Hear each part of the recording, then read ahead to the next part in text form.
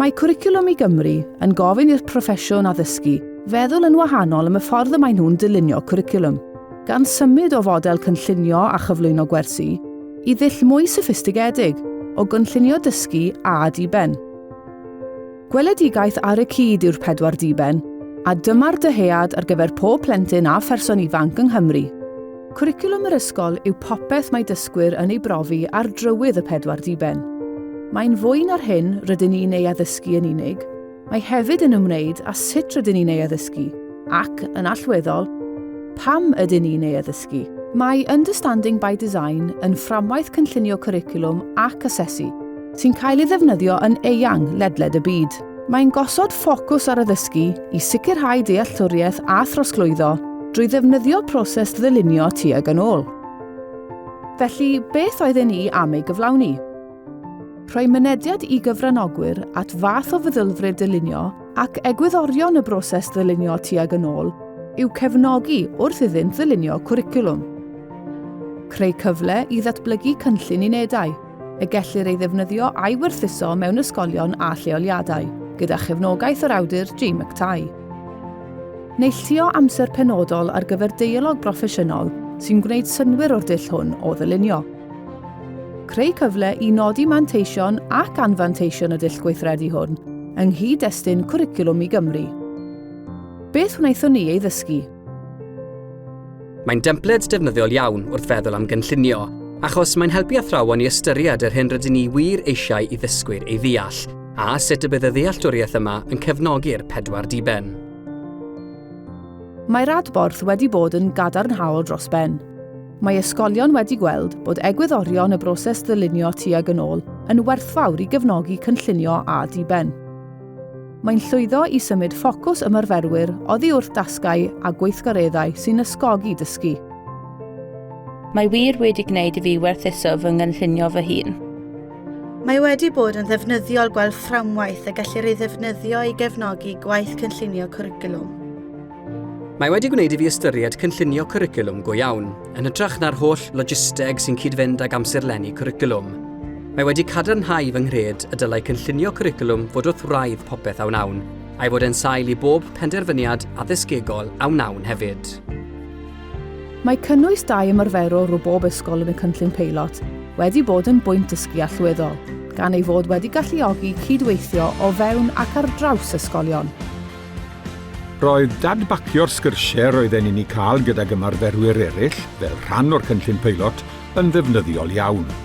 Fe wnaethon ni edrych ar yr egweddau lle roedden ni'n cytuno a'n gilydd, ond yn bwysig a foll, ystyrion ni'r agweddau lle roedd gyda ni safbwyntiau gwahanol hefyd. Fe ddyfnhaodd hyn ein dealltwriaeth o'r hyn yr oedden ni eisiau allan o'r fframwaith UBD, a'r hyn yr oedden ni am i osgoi wrth rannu'r fframwaith gyda staff. Roedd yn ddefnyddiol iawn i cysylltu ag ysgolion eraill a chael ddealltwriaeth gylyrach a ddyfnach o'r broses ddylunio cwricwlwm.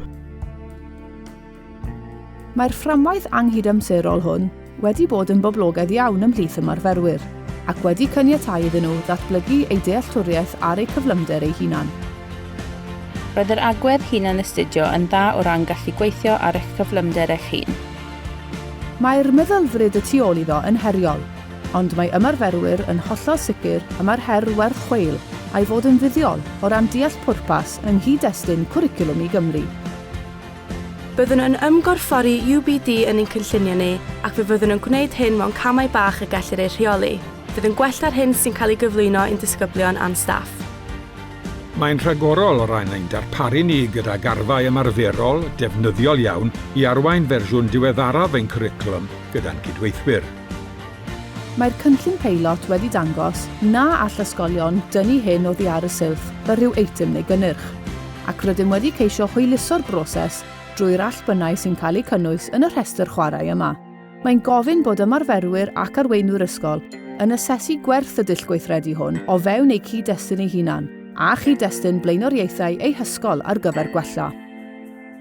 Mae bod yn rhan o'r cynllun peilot wedi rhoi mewnwelediad i ddull gweithio tuag yn ôl o ddylunio cwricwlwm. Mae wedi amlygu'n glir gwahaniaeth rhwng gwybod a deall.